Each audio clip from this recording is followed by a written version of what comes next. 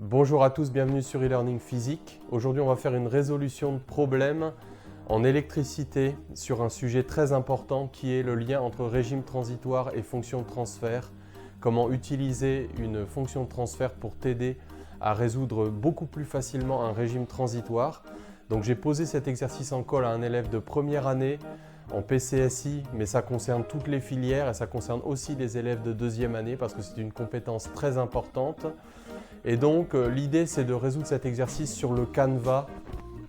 Appropriation, donc analyse du problème, élaboration d'une stratégie, mise en œuvre de la stratégie et validation, regard critique sur cette stratégie.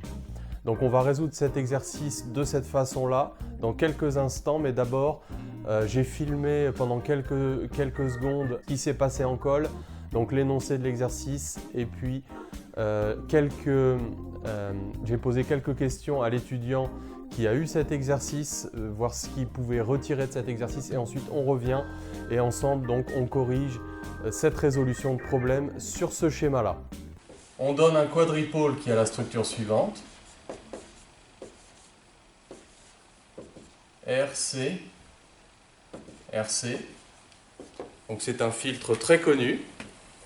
Et à l'entrée de ce filtre, on va mettre une tension UE de T qui a la forme suivante. Un échelon de tension. La question c'est, est-ce qu'on peut, alors ça c'est UE de T, à T, donc on a un échelon de tension 0 à T égale 0. La question que je pose c'est que vaut US de T. Et une petite indication, on aura le droit de se servir de la fonction de transfert que je donne, qui vaut 1 sur 3 plus J, facteur de RC oméga, moins 1 sur RC oméga. Bon Antoine, est-ce que tu peux nous dire en quoi consistait ton exercice, les difficultés que tu as rencontrées et ce que tu en retiens? Alors déjà mon exercice consistait à trouver la réponse à un échelon de tension dans un quadripôle à l'aide d'une fonction de transfert. Alors à partir de là, les difficultés que j'ai rencontrées, Mets le micro plus près. ça a été surtout d'avoir l'idée de partir sur une équation différentielle, car on n'avait pas l'habitude en chapitre de partir sur les équations différentielles, on l'avait plus fait dans le chapitre sur les régimes transitoires. Également sur les racines de l'équation différentielle, j'ai eu un petit problème. Et après, j'ai pas eu le temps de finir et de trouver les conditions initiales pour aboutir à la fin du problème. Donc qu'est-ce que tu retiens de Ce que l'exercice? je retiens de l'exercice, c'est surtout que ça va me permettre à l'avenir, si j'ai un exercice de ce type-là, de pouvoir repenser à utiliser l'équation différentielle.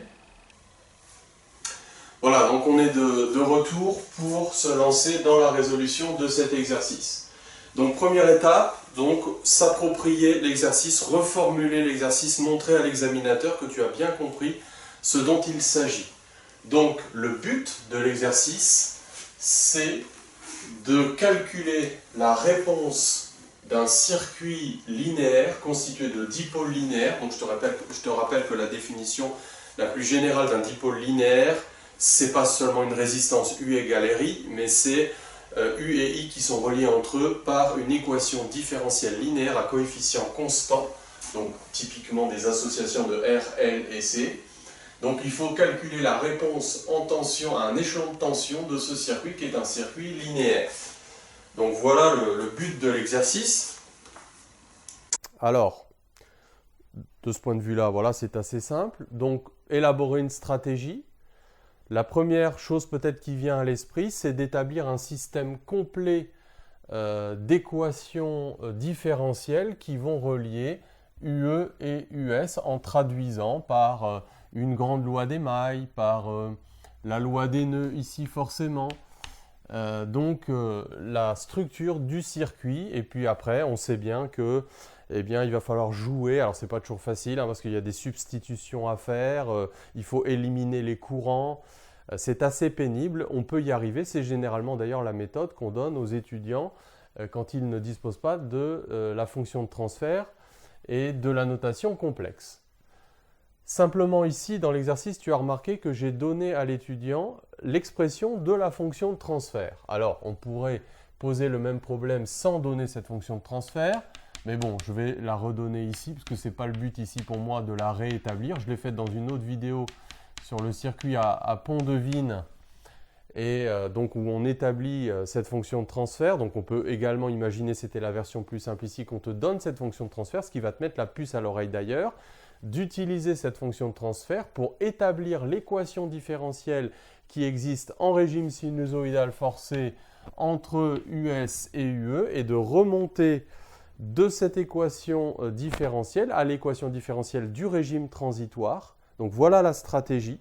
Utiliser la définition de la fonction de transfert et exploiter qu'on est en régime linéaire pour dire que cette équation différentielle était également vraie lorsque le circuit est soumis non pas à une tension sinusoïdale de pulsation oméga, ce qui est la façon dont on établit cette fonction de transfert, mais à un échelon de tension. Bon, la raison profonde en est que l'échelon de tension lui-même, qu'on appelle parfois une fonction de Heaviside, un échelon comme ça, 0E, eh bien, pourrait être décomposé lui-même, alors non pas en série de Fourier, parce qu'il n'est pas périodique, mais en transformé de Fourier.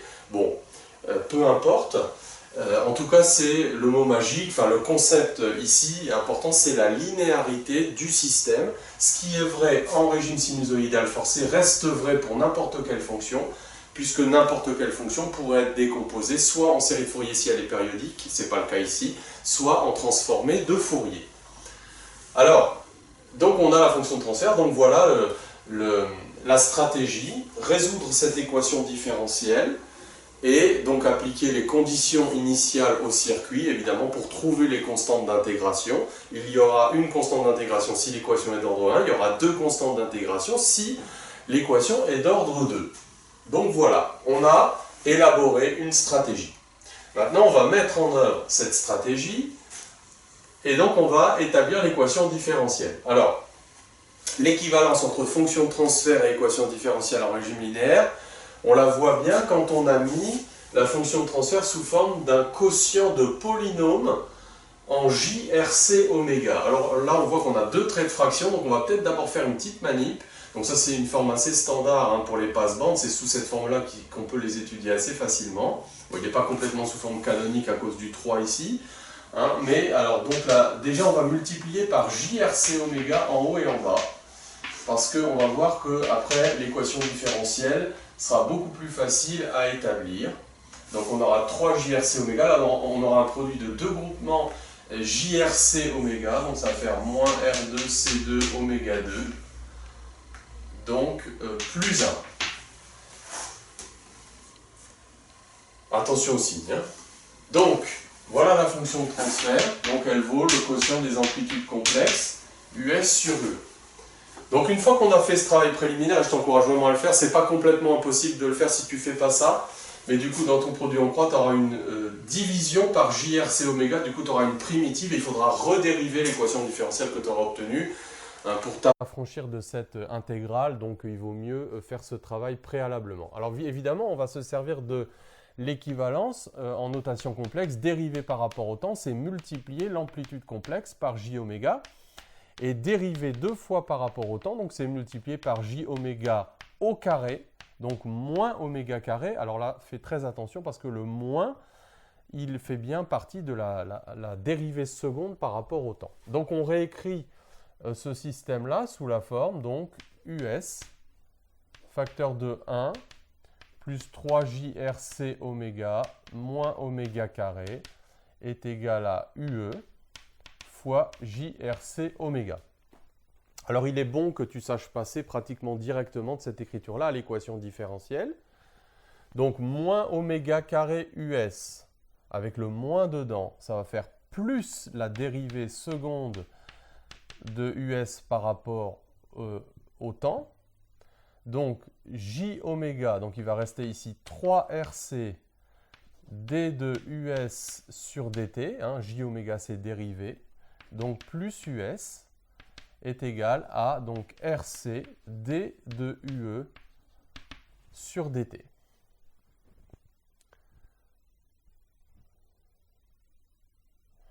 Et là, je m'aperçois que l'équation n'est pas homogène. Donc j'ai oublié le R2C2 ici, donc je le remets ici. Voilà, vérifier l'homogénéité de l'équation, c'est ce que j'allais te dire, pour vérifier qu'elle est juste. Et tu vois, en faisant ça mentalement, j'ai détecté ma petite erreur. Donc c'est presque très bien que je l'ai faite. Donc tu sais que RC est homogène à un temps, donc tous les termes de l'équation doivent être de même dimension. US a la dimension d'une tension, DUS sur DT c'est une tension sur un temps, donc il faut remultiplier par un temps, c'est RC. D2US sur DT2 c'est une tension sur un temps au carré, donc on multiplie par un temps au carré. Et là donc on a un temps divisé par un temps, donc on a bien les bonnes dimensions. Donc notre équation a toutes les chances d'être juste, elle est homogène. Bon évidemment c'est une condition nécessaire, non suffisante, mais voilà, elle est juste. Donc voilà l'équation différentielle vérifiée liant US et UE. Et je le répète, donc cette équation est également vraie quand on soumet le circuit à un échelon de tension. Alors pour les T positifs, puisque UE est constant, ça va faire 0. Et donc, finalement, voilà, ce terme-là sera nul, hein, puisque UE vaut grand E, donc c'est une constante. Et donc voilà l'équation différentielle, en fait, elle est sans second membre. Alors pour résoudre ça, on voit qu'on a une équation du second degré. Donc on sait que ce régime transitoire, il pourra être soit apériodique, pseudo-périodique ou critique, suivant que delta est positif, négatif ou nul. Donc on va calculer, on va peut-être écrire d'abord l'équation caractéristique associée, hein, c'est toujours mieux. Équation caractéristique associée, donc ça fait R2, C2. On va noter avec petit x peut-être comme variable, petit x carré plus 3RCx plus 1 est égal à 0. Je te rappelle d'ailleurs que même s'il y a un second membre à l'équation différentielle, dans l'équation caractéristique, on ne prend pas le second membre, mais on met le second membre égal à 0. Donc on va calculer le discriminant de l'équation caractéristique, B2 moins 4AC, donc 9R2C2 moins 4 R2C2, donc ça fait 5 R2C2, il est strictement positif. Alors là, comme l'a dit Antoine le jour de la colle, hein, auquel j'ai donné cet exercice, il était content, il dit ouf, bon il est positif, on évite le cas le plus délicat qui est le régime pseudo-périodique.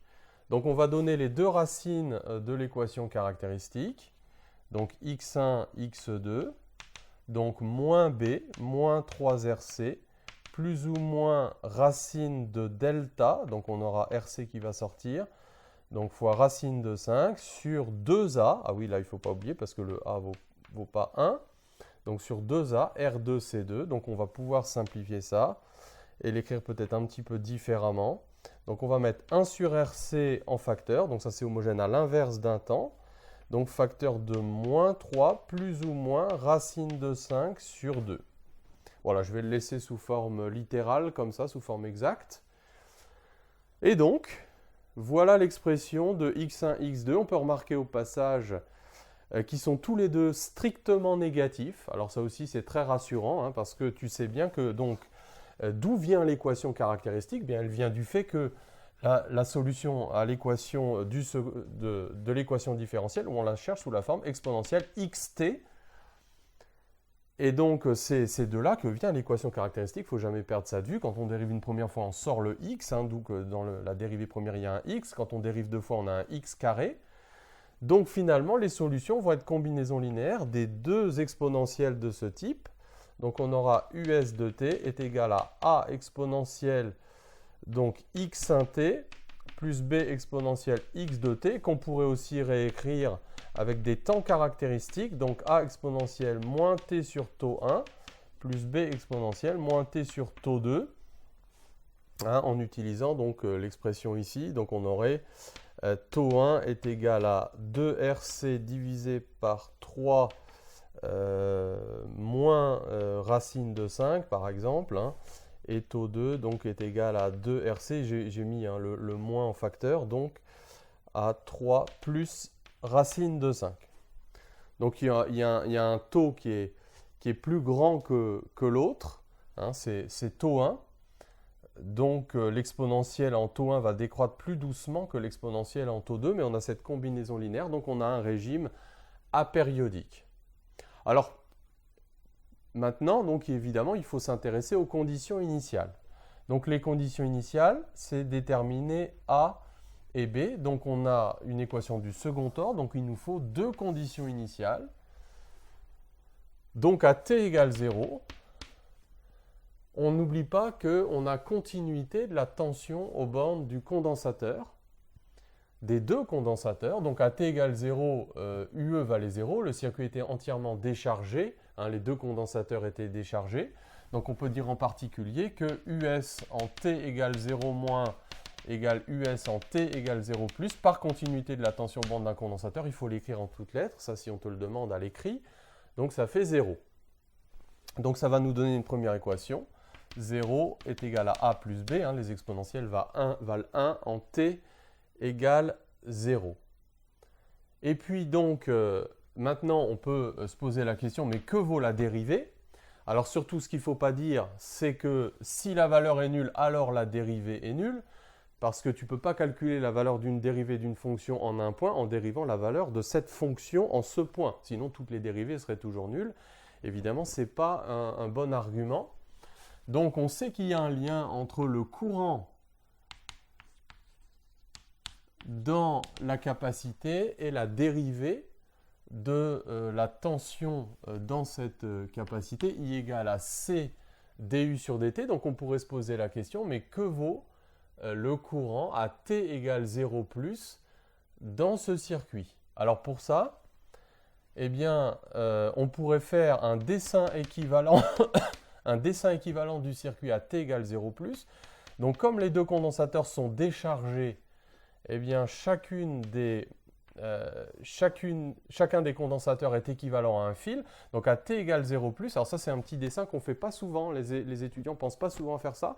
On pense souvent à faire un dessin en régime permanent quand t tend vers plus l'infini, en remplaçant les condensateurs par des interrupteurs ouverts, en disant, ben voilà, on tend vers un nouveau régime permanent, donc les condensateurs seront équivalents à des interrupteurs ouverts. Mais il faut penser aussi, en exploitant les relations de continuité, à remplacer à t égale 0 plus, c'est très commode en fait pour voir les différentes grandeurs, donc à remplacer les condensateurs par des fils puisqu'ils étaient déchargés initialement. Et donc à t égale 0 plus, on a cette tension grand E, on vient juste d'appliquer l'échelon.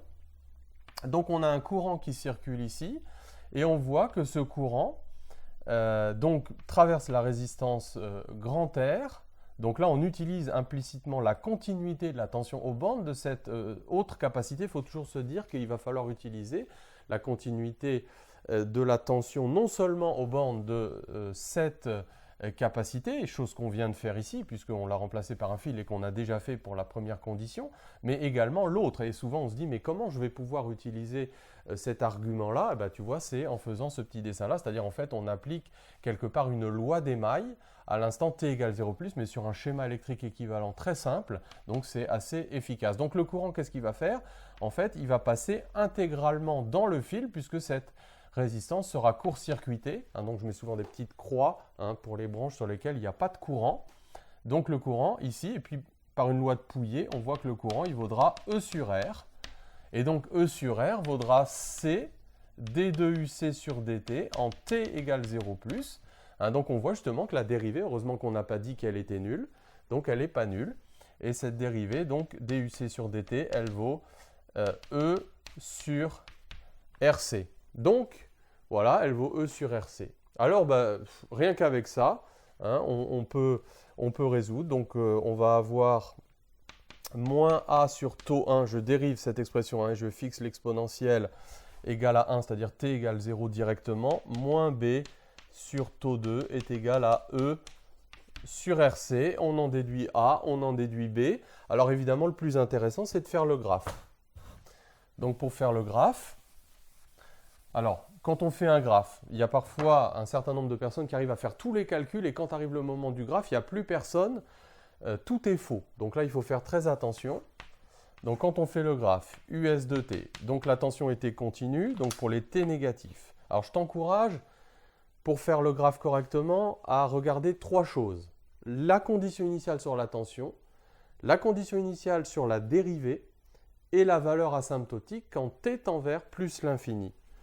Donc, On a vu qu'on commençait avec une valeur nulle et avec une dérivée strictement positive, hein, d2UC sur dt, d2US sur dt, c'était E sur RC. Donc on va commencer comme ça.